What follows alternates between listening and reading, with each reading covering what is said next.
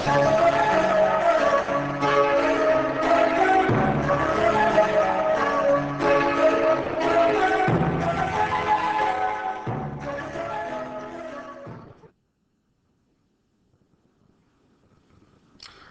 were discussing the instruction set of a computer. We said that the instruction set is generally grouped into several classes. We discussed some of these classes like data transfer, then arithmetic operation, logic operations, etc. We were discussing the branch instructions and we came to the jump to subroutine or call instruction. But before we can discuss the call instruction in detail, let us discuss another group of instructions which we call the stack instructions.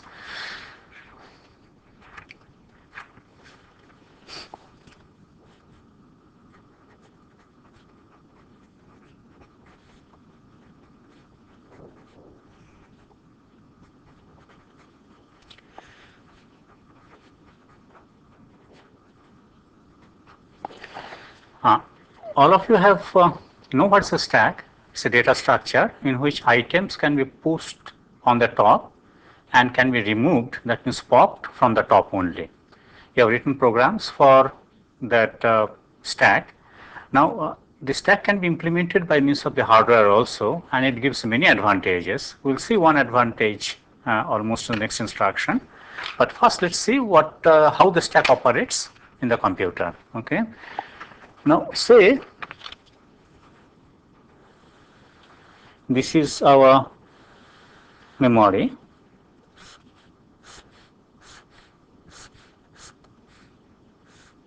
Increasing memory location.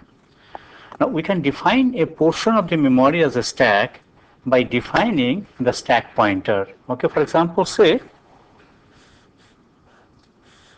this is our stack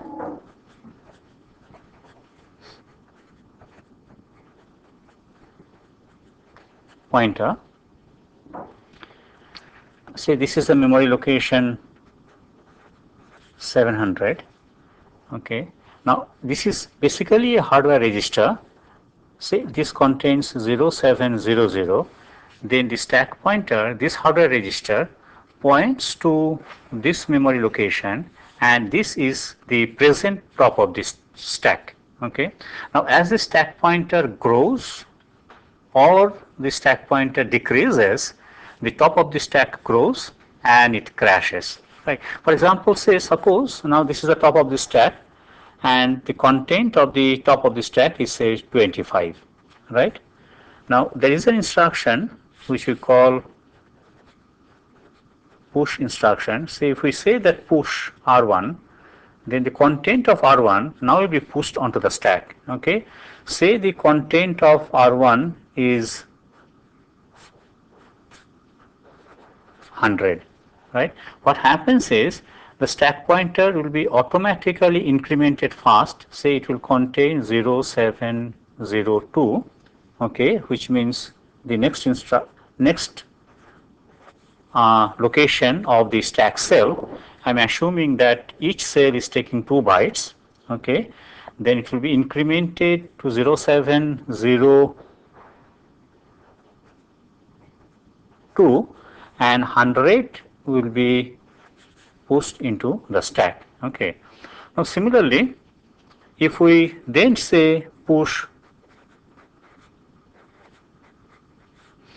R5 and the content of R5 is say 64, then the stack will be incremented, stack pointer will be incremented to 0704.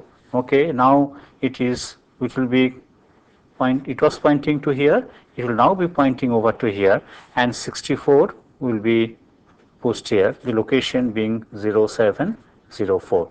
Therefore, every push instruction, what happens, the stack pointer is first incremented to point to the next memory location, and the operand is pushed as the top element of the stack.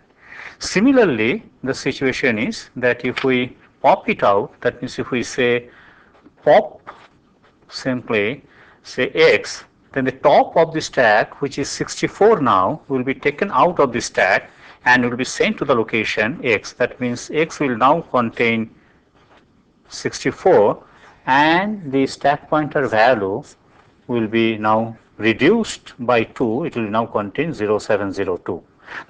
Similarly, if we pop once more, okay, the 100 will be taken out and the stack pointer will come back to 0700. Okay, now which means that every push first increments the stack pointer and then the operand is pushed into the stack as the top element of the stack, and every pop reduces the stack pointer, okay, but after the element of at the top of the stack is taken out, it is the stack pointer is reduced. Okay, therefore the pop is a complementary operation to push, and similarly push is a complementary operation to pop. Okay, now we can see that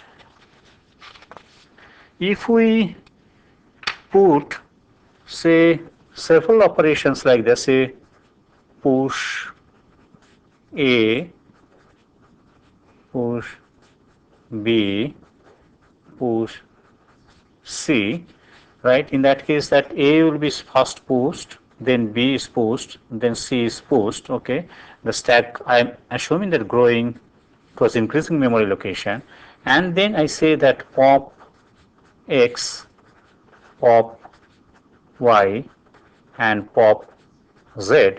Then C will be taken out first and goes to C. X, B will be taken out second and will go to Y, and A will be taken out third and go to Z. Therefore, popping will take place in the reverse order the pushing has taken place. Okay, naturally this is the property of the stack, and every time when the stack grows or the stack crashes, the stack pointer decreases, the stack pointer always points to the top of the stack. Okay, this is the property. Therefore, in the case of a push, the stack pointer is incremented first and then the element is placed. In the case of a pop, the element is taken out first from the top of the stack and then the stack pointer is decremented. Now, these are the two major operations so far as stack is concerned, and the initialization of the stack we can do. That means depending upon the initial value, which was 0700 here, the stack has been created from this point. The stack pointer, if we load with some other value, say 1500, in that case the stack will start growing from the location 1500. Okay, now with this, that stack instructions discussed, let us come to the original discussion on jump to subroutine or call. Okay, now the instruction can be either, sometimes it is called a call instruction or it is called a jump to subroutine instruction, JSR. Now let us see, say we are writing a high level program in, say, programming language C. Say we have written a main. Okay, here we call some function, say f1 with its parameter. Say f1 is here.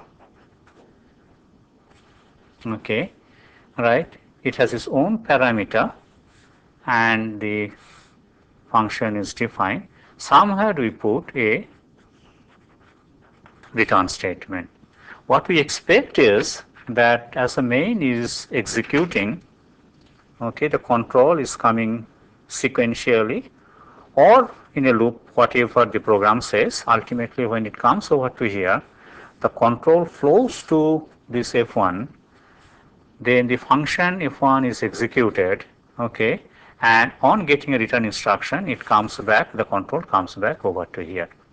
Now this is at a high level programming language concept that we have. Now let us see how this is done in the case in terms of machine instructions or assembly language instructions. Now to understand this, let us recapitulate the simple program, okay, that we discussed earlier. Now, as I said earlier, that when the program starts executing, the program counter, okay, is initialized to say 0300, and now the program starts executing. The int instruction is fetched and it is executed. The time that instruction is executed, the program counter is automatically incremented and is now pointing to 0301, which is the address of the next instruction. Now this next instruction is now executed. The instruction is store accumulator X. Okay. Now the first instruction opcode is fetched, which is 04. As it is decoded, the program counter will be automatically incremented to the next value, which is 0302. Okay. Then the operand address is fetched from 0302 and then 0303. Okay. As each part is fetched, the program counter is incremented, and after the operand address has been fully fetched, the program counter will be pointing to 0304. Now that store accumulator instruction will be executed, and after execution the control unit will come back to the program counter, okay, and will get the instruction, get the address of the next instruction, which is in. The basic feature over here that I would like to emphasize is that as a program instruction is fetched, the operand is fetched and is executed, the program counter is automatically incremented as needed, and by the time that one instruction has been executed, it is pointing to the next instruction, so that after execution of the one instruction, the control unit takes the address of the next instruction from the program counter. Therefore, if we change the content of the program counter, the next instruction that will be executed is also changed to the address by which the program counter was loaded, and that way we can basically effect the branch instruction.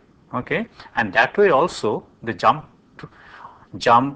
subroutine instruction is also can be implemented. Let us see the situation. Say the high level language program that we have already shown. Let's see how does it look like when we come to the assembly language. Okay, see, assembly language, that main program is here. Okay, the control flows is here. Then say somewhere jump to subroutine or call is there, and it's to F1. Okay, now F1 will start from some memory location. Let us assume that F1 starts from the memory location 0500. Okay.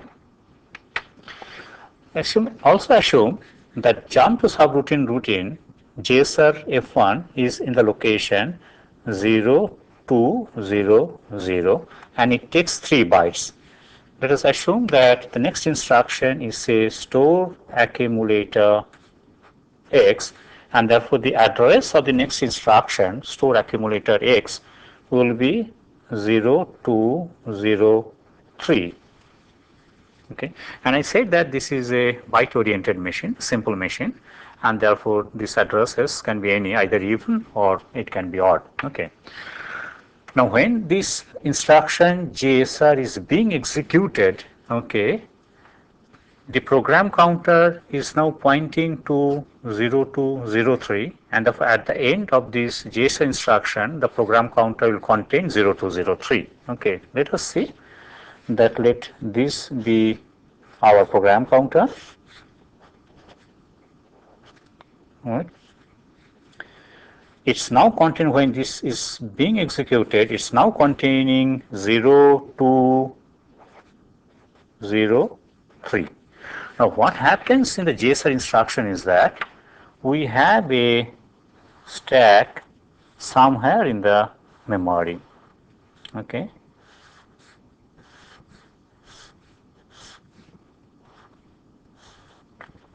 It grows downwards.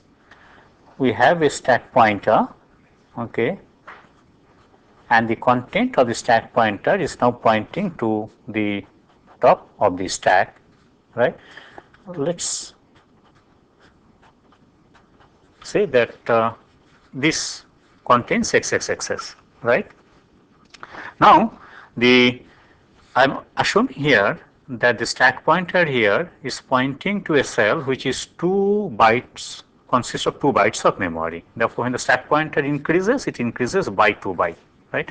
Now, JSR instruction when executed, what it does is that the content of the program counter is pushed into the stack by means of hardware. Okay, basically an hardware push is automatically generated by which that content of the program counter is stacked. That means now the content of the top of the stack is 0 to 03 and the stack pointer is now pointing to this top of the stack. And the program counter is now loaded with the address of F1 which is 0500. The program counter is now loaded with 0500 which is the address of the beginning of my function F1. Now JSR instruction is over. Next instruction naturally will be taken from the content of the program counter and therefore the execution of the program starts from this location now because program counter is containing 0500. Now this function F1 starts executing till it somewhere gets a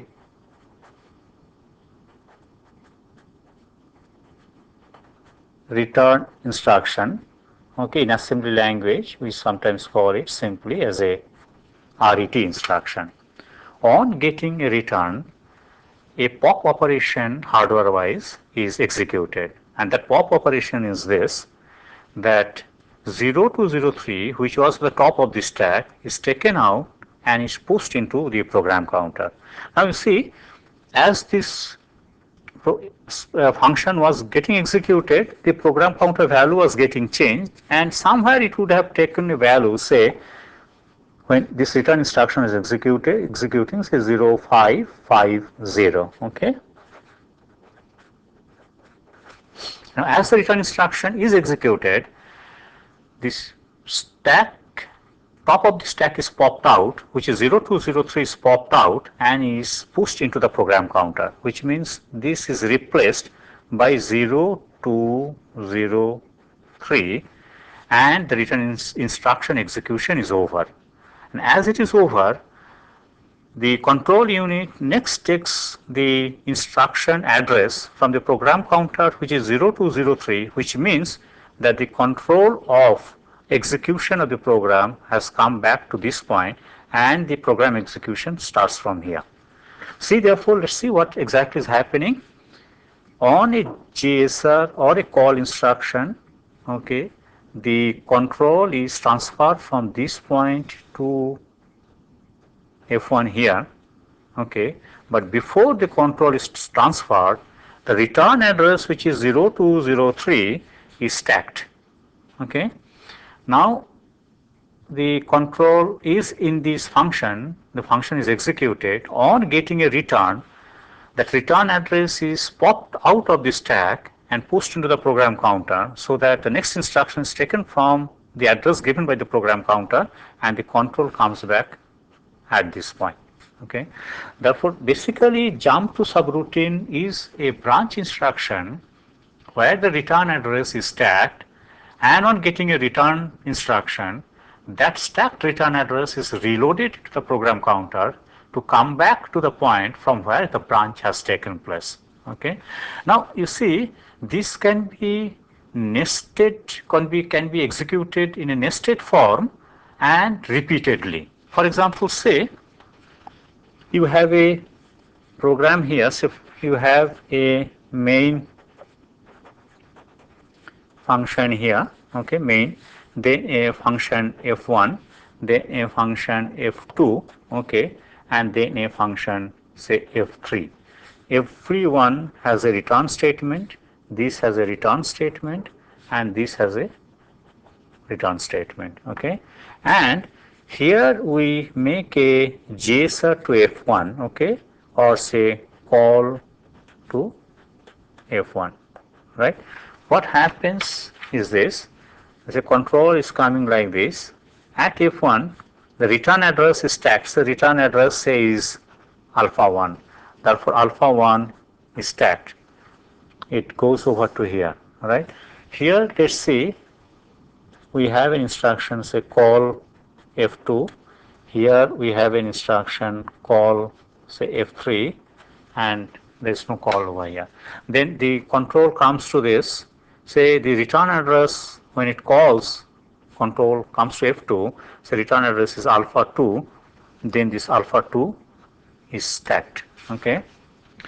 Then the control comes from here to F2, it comes down this, so return address is alpha 3, that is stack, okay, and the control flows over to here. Okay.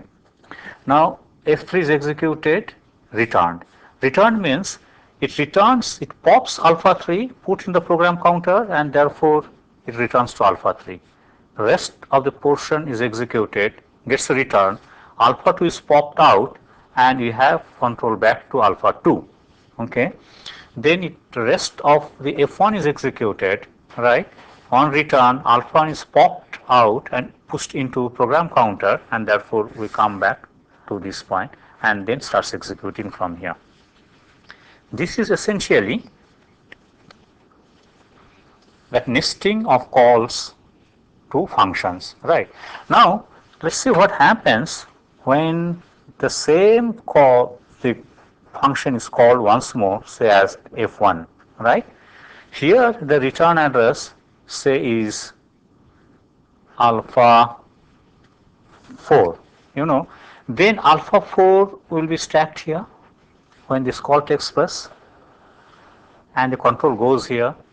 Then the comes to this, alpha 2 will be stacked, goes here, right? Then alpha call F3, alpha 3 will be stacked, return address, goes over to here, this is executed, comes back to alpha 3 by popping the return address, then the rest part is executed, comes back to alpha 2 by popping alpha 2, the rest part is executed, okay, and comes back to alpha 4, that means it comes back over to here. That means when I was calling from here, since the return address was alpha 1, I was coming back to alpha 1. When I am calling from same function from here, since now the return address is alpha 4, I come back to alpha 4 and my controls of the program, okay, starts from here once more. This way you see that by means of stacking the return address and while returning, popping the return address, okay, we can implement that nested calls of functions very easily and efficiently. Okay, this is a very good use of a stack. We'll find many other good uses of a stack when we proceed further. Now, this more or less completes the different instruction groups that generally are there in a computer. There may be many more instructions of different types depending upon that how powerful and how complex the hardware is. Okay, but for our purpose, this set of instruction is sufficient for our discussion. Now, as we said earlier, that an instruction consists of two parts. Okay, one is that opcode, which means that what operations can be performed. Another is that address of the operands. Okay, we call that the operand part. Right.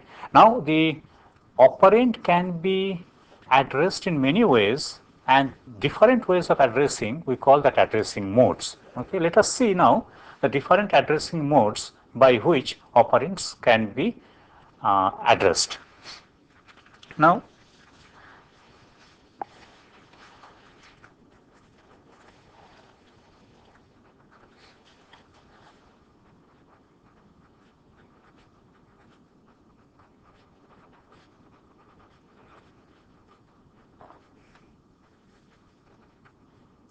addressing modes. Okay.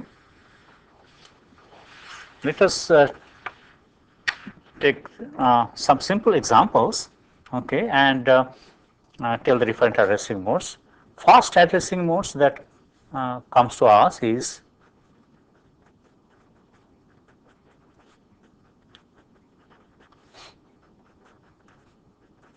register addressing.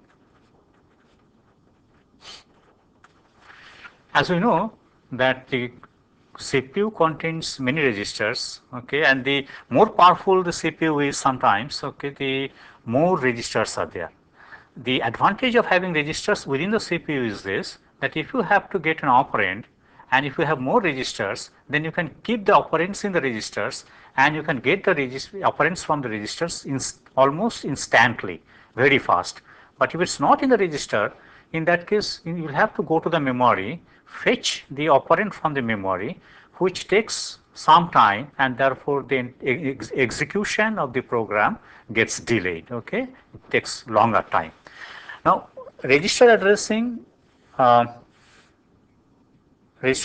concerns the addressing of the many registers that are there in the CPU. Let us take an example, say data movement instruction, say move, okay, it can be like this, say move R1 to R2. I am assuming that is a 2 operand instruction. This means that content of register R1 is to be moved to register R2. Here register is the address of the operand, okay. Let's see, we'll talk about a concept which we call that effective address, okay.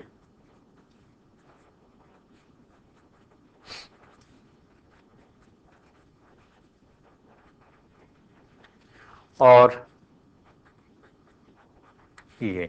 EA means that effective address is the address of operand after the addressing mode has been applied. For example, here this is our address of source, this is our address of destination, okay.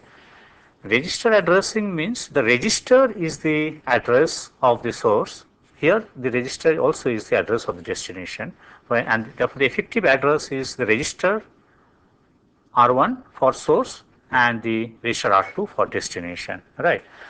Now similarly, say we can have another instruction like say add R4, R5 to R4, okay. This is the source and this is the destination. It means the content of R5, okay, this means that content of R5, okay, is added with the content of R4 and the result goes as the content of R4, okay. This is the source, this is the destination. Effective address is R5 and R4, and the content of that address will designate by means of a bracket, okay. For example, if M is a memory location, okay, then effective address is M, and then the content of M will designate by means of bracketed M. Now this is basically your register addressing, where the operand is in the register, okay. Now so let's come to another addressing mode which we call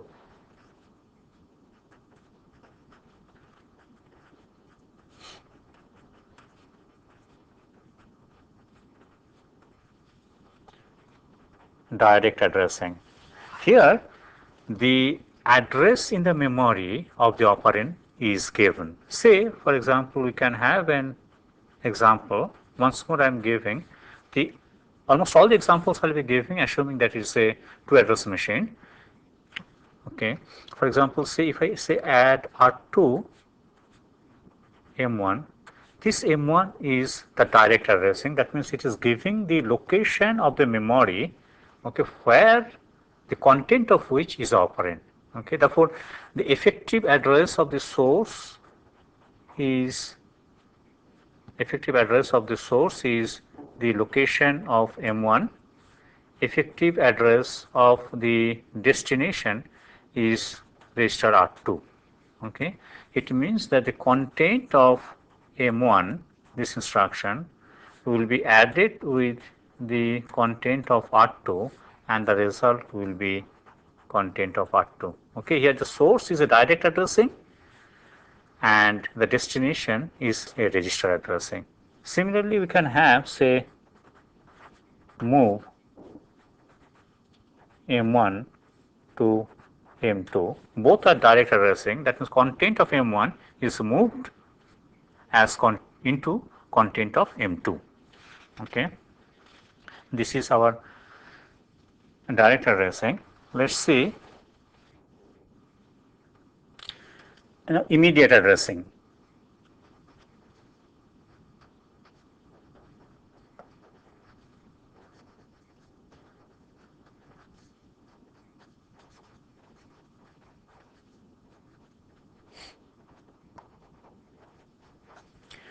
In the immediate addressing, one of the operand is kept in the instruction itself. Let's take an example. Say if we add R2 with 100, where 100 is the operand, it's not an operand address, and to say that it is an operand, we generally put the number sign here. Okay.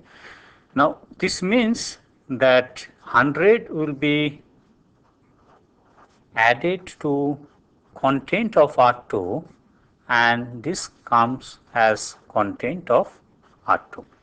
Okay. 100 being a part of the instruction itself. Let's come to now the fourth addressing mode, indirect addressing.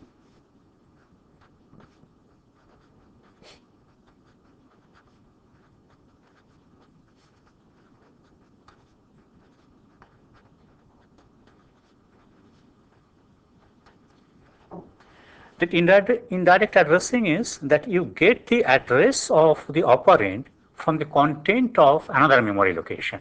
Okay, take an example. Say we say add, say, register 9,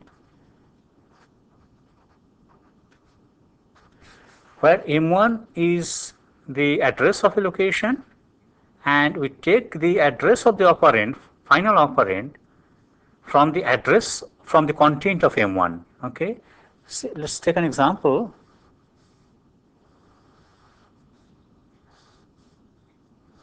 Say this is M1 and say this contain 1000, then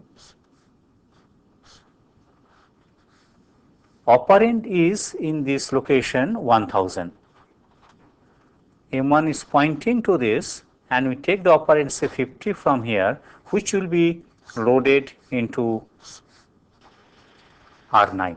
Therefore, effective address is content of M1 for the source and R9 for the destination, and the operation is that you take content of R9, you take the content of M1, add, and that comes as the content of R9. Here the operand is the content of M1 and effective address is content of M1. Let's take another example. Say if we say that move M1 to say M2, this means that effective address of the source is content of M1, effective address of destination is content of M2, and the operation is content of M1 is moved as content of M2. Okay, this is our indirect addressing. Many times it is useful. Let's come to another addressing mode, which we call register indirect addressing mode.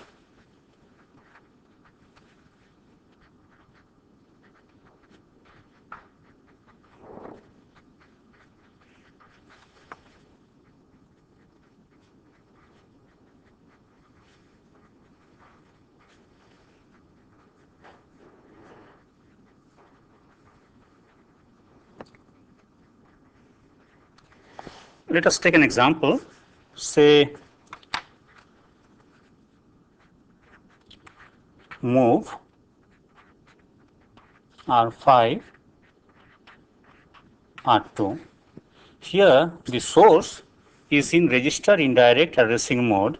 Instead of the register R2 being the effective address, its content is the effective address, okay, which means the content of R2 is not the operand, content of R2 is the operand. Just to give an example, let us see, let's say this R2 contains say 600, okay. Then this 600 is not the operand, 600 now points to, R2 now points to the memory location 600. Whatever is contained in that memory location, say 190, this is the operand, okay. Therefore, effective address of source is the content of R2. Now, effective address of the destination here is R5. Therefore, this move statement moves 190 into R5, okay. Therefore, the operation can be thought of like this, say content of R2 is moved as content of R5. Now, you see, basically this is indirect addressing, as has been told. We have given a indirect addressing mode example earlier. Now, these are useful in many ways, okay. For example, all of us possibly remember that in the case of the high level language C, we can have a statement like this, okay, that P is equal to say address of A, then the memory location pointed to by P, its content, say we transfer to B. Such case, we can either use say register indirect addressing or indirect addressing that have been already discussed, okay. Now, another advantage of this indirect addressing is this, that say one wants to access the data sequentially starting from certain location, or wants to scan the data, okay, say at intervals, right. In that case, what can be done is that R2 is first loaded with the initial value of the memory location from where the content should be taken, and then you can continue increasing the content of R2, okay, incrementing it, so that now it points, next time it points here, then it next time it points to the next location, and so on. Therefore, by just increment the value of the content of R2, say first time it is say 600, then say we increment by 2 to come to the next location, say 602, okay, then we come to the next location, say 604, and so on.